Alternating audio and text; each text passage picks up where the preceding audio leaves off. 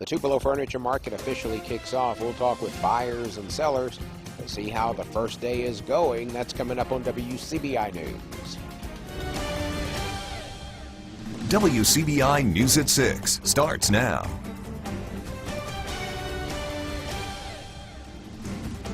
Good evening, everyone. Thank you for joining us. A nightmare scenario for parents and school districts. 2 school buses in 2 different counties caught fire this morning. Luckily, all students and bus drivers made it out safe.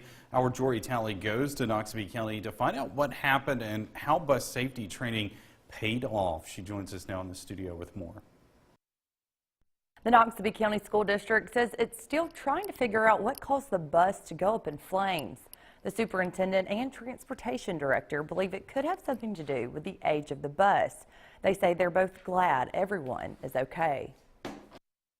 2 bus fires in 2 different school districts break out into flames Thursday morning before school. This bus was on its daily route in Noxubee County when it happened. It was a student that notified the bus driver that it was on fire.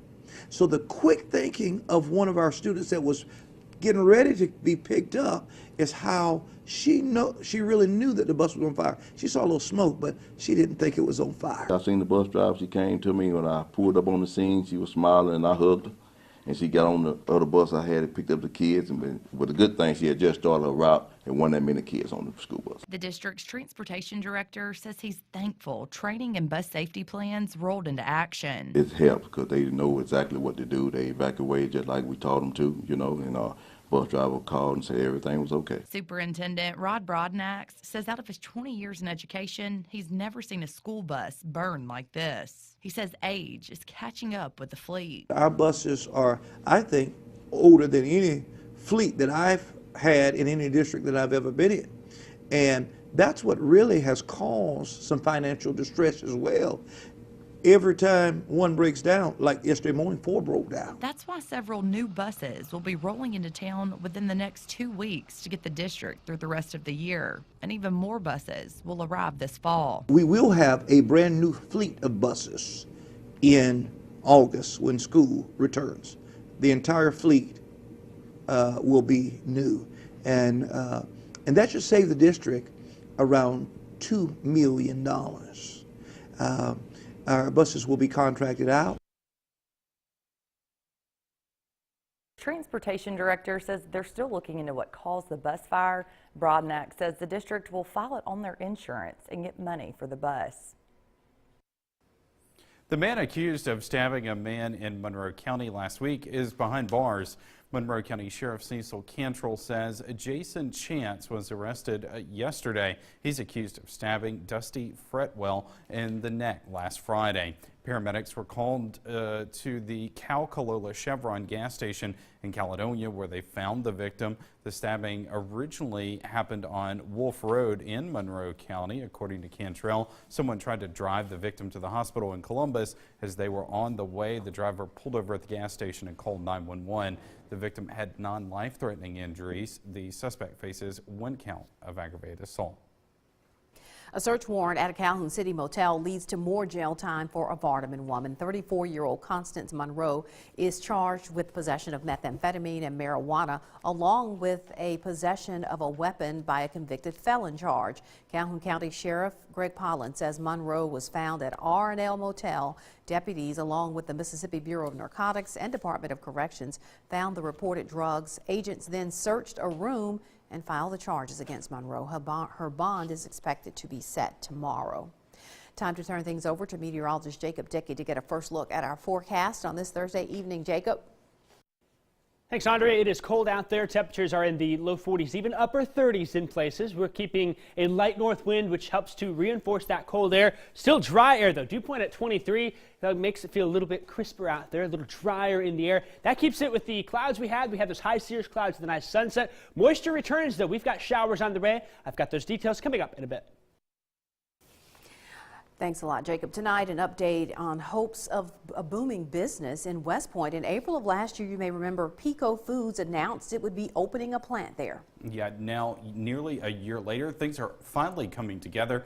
Our Riley Livingston talks to the plant manager to find out more about the progress, and she joins us live in the studio with more. Riley? Joey, plant manager Jordan Townsend says they are working hard to get everything done. Progress is coming along pretty smoothly. When Bryan Foods left West Point, the hole it left behind needed to be filled. Today, Pico Foods has taken up that mantle and is one step closer to being in business. The freezer is coming along quite nicely. We ran into a little bit of an unexpected delay with having to replace some equipment that we found faulty during when we were pressurizing the system, but we should have that up and going and online late March, early April. Pico Foods is planning on bringing 300 jobs to West Point, and the hiring process has already begun. Finding the right people for the jobs is very easy for us in this location. Back at the career fair, we were able to get well over 300 resumes. Right now, as it stands, we're currently fully staffed in maintenance and in our refrigeration. Probably in the next 2-4 weeks, we'll be looking to hire our rest of our warehouse personnel and some of our clerical roles. With those added jobs, the city of West Point is hoping to cash in. It always helps the economy when a town grows with industry, with of course that employment base and the jobs that it creates and brings to town, but also the quality of life and the money that's generated and the flow of cash that people have. It won't be long before Pico Foods trucks hit the streets. We'll probably start seeing some trucks coming out of the plant probably mid-April, late April. We got a couple weeks of getting everything. Once we start up the freezer and bring it down to temperature, we got to do some pre-startup checklist and make sure everything's solid. And after we verify that, we'll start shipping some product in and out. Townsend says they did have some construction delays recently due to the amount of rain we've seen lately, but workers are getting back on site to get dirt moving. All right, Riley, thanks so much for that. Well, it is day 19 of the partial government shutdown, and the potential devastating financial effects on workers is a reminder of the need for a financial safety net. A financial planner we talked to says planning for the future can help you stay afloat in the face of an unexpected event. Starkville business owner Rebecca Tabb says she thought those were good habits she had, but they were actually leading her in the wrong direction. So I thought I was good at budgeting personally and with my business, but I really learned that going through the financial piece that I was not budgeting well enough to actually get the big things that I wanted for the future. Tabb says her best advice is to find out what's important to you and where you want to spend your money and then work hard to obtain it. Well, the biannual Tupelo Furniture Market kicks off today. Exhibitors and buyers from across the country are making deals. WCBI's Allie Martin tells us the crowds may not be as large as in years past, but the Tupelo Market is still a favorite. The Tupelo Furniture Market had officially been open for a few hours, and Joe Cottrell was ordering furniture for his Nashville stores. He has been a regular at the Tupelo Market for 20 or so years, and sometimes visits the plants where the furniture is made. You know, you're a lot closer to the manufacturers here. If you ever wanted to do a factory tour or something like that, that's available because you have so much manufacturing here in Mississippi. Lots of times we'll meet more of the executives than we do in some other places, so it's a good market. It's also been a good market for Jim Sneed, founder and CEO of Pontotoc-based Affordable Furniture. We look forward to this market. We usually see somewhere between 100 and 125 customers here. It's an ideal market for us with our price point. You know, people come in looking for bargains for tax season, so it's right down our alley. Several years ago, the winter market was moved from February to January because many exhibitors wanted to be back in their stores as customers started receiving their income tax refunds.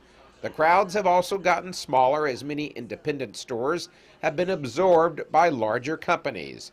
The Tupelo market has seen a dramatic rise, though, in mattress exhibitors. We have I think it's 45 mattress companies that show with us, and 300,000-400,000 square feet of mattresses spread out. It's one of the biggest mattress show places in the country, really. Without a doubt, there's been a lot of changes in the furniture industry since the first Tupelo Furniture Market more than 30 years ago. The founder of EM Cleveland says he has made it a point to make sure this market is different from all the rest. This market's got a niche. It's got retailers that come here, and that's that's loyal to this market. The economic impact is also felt by vendors who feed furniture market crowds. Oh, it's good. Yesterday was kind of slow, but today it's been busy. Selling out today. The furniture market runs through Sunday. Allie Martin, WCBI News. The best show on ice in North Mississippi is about to slide into action. We have the details coming up on WCBI News at 6.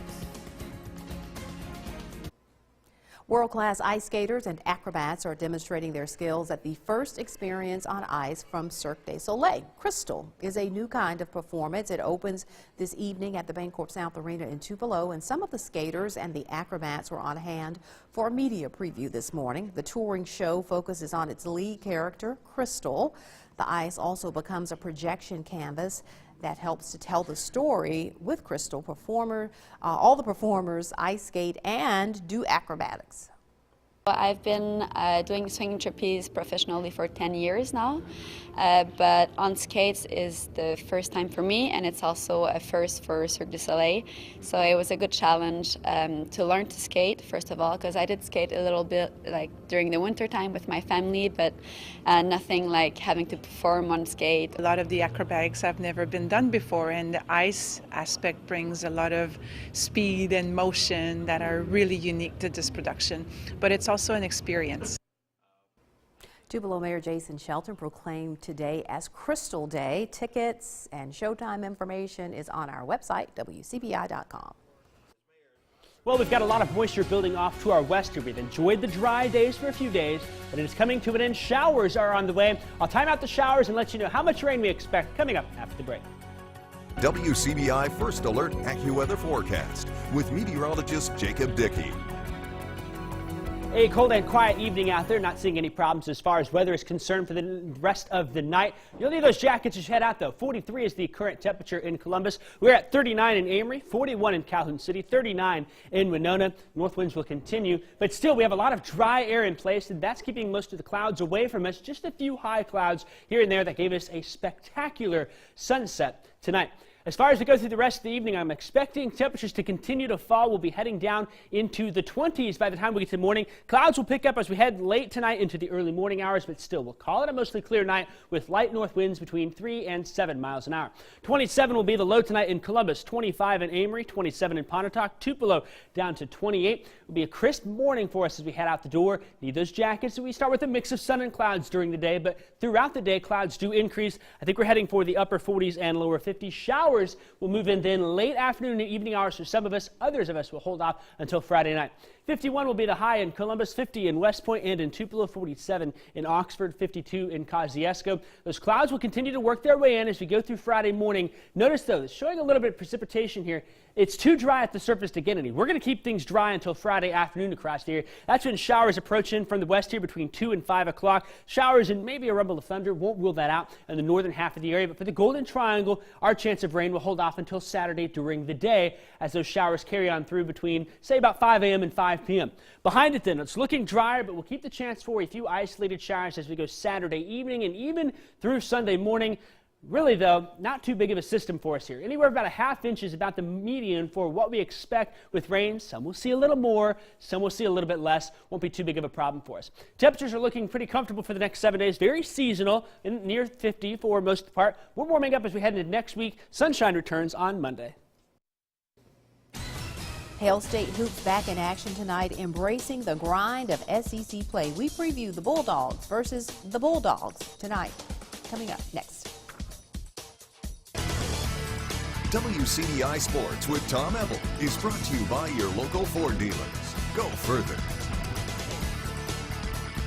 Hale State Hoops looks to make it 3-0 to start conference play. Fresh off a wire-to-wire win over Kentucky, the Bulldogs will meet the other Bulldogs inside the hump. Georgia comes to town riding a 5-game win streak. MSU had its way with Georgia last year, but head coach Vic Schaefer says the team they'll face tonight presents a tough matchup at every position. They're a year older and a year wiser, and they've added a 6'6" kid, a transfer, and so they've got someone inside that can give, that can play and have some size to go against T. So Should be a really good matchup. I think guard play is going to be extremely important in this ball game. Georgia, one of 4 women's basketball teams in the SEC that remains undefeated in conference play. Tip-off is at 8 p.m. The game will be broadcasted on SEC Network. While the Bulldogs focus on the 2018-2019 season, the future is looking bright for 2 of Hail State Hoops' biggest stars. WNBA coaches and general managers tabbed Mississippi State All-American Tiara McCowan as the top pick in the upcoming WNBA draft in a recent poll. McCowan would be picked by the Las Vegas Aces, who also feature former women's basketball stars like Kelsey Plum and Asia Wilson. The same poll of coaches and managers tabbed Ariel Howard as a first-round pick, the mock draft showing Howard going 12th overall. The early draft has McCowan at 1, Louisville's Asia Durr at 2, and Baylor's Kalani Brown at 3. Big night for Mississippi JUCO hoops. It's time to meet up with the former friends in your state. Northeast taking on ICC. That's a big one. We'll have highlights from Fulton coming up at 10 right here on WCBI Sports. EMCC on the road at Holmes. Northwest taking on Coahoma at Coahoma. And then Pearl River traveling to East Central, among others. We'll have everything JUCO hoops coming up tonight at 10 on WCBI Sports. Former Columbus Falcon and EMCC Lion C.J. Golar signs to join Mississippi College football. Golar says the Choctaws plan to put him back under center, where Golar excelled at QB during his time at Columbus High. The 2-time EMCC national champion says his time in scuba motivated him to reach the next level. It been a push because I didn't get it didn't turn out like I wanted to, so I realized I had to work for what I wanted. And I just prayed about it, and I give all the glory to God, put me in this situation right now, and let me continue on my journey. Even though it's kind of a small school, you know, they say if you can play, you can play, and that's what stays in my head the whole time. So I just keep it in my head and play to my best ability, keep on grinding. Mississippi College opens the season against Alcorn State in 2019, something CJ says he's really looking forward to. Again, a preview for 10 o'clock tonight. JUCO basketball, Mississippi State taking on Georgia. We'll have highlights and recap at 10, as well as some Academy hoops. We'll be there for Winston Academy and Heritage Academy. All sorts of good basketball coming up tonight at 10 right here on WCBI Sports. But that's it for sports. We'll have the last secure forecast coming up next. Friday starts dry, but by the afternoon, particularly evening and overnight hours, showers rolling in. Best chance for all of us area-wide, though, looks to be from Saturday morning through Saturday night. I'll keep the chance for an isolated shower Sunday morning, but by the afternoon, I think we're looking dry. We should mix in a little sun. If not, we'll get plenty of it through next week. So you're telling me to rent some good movies for Saturday? That's exactly right. Doing it. There you go. That's a good idea. All right, thanks for joining us, everyone.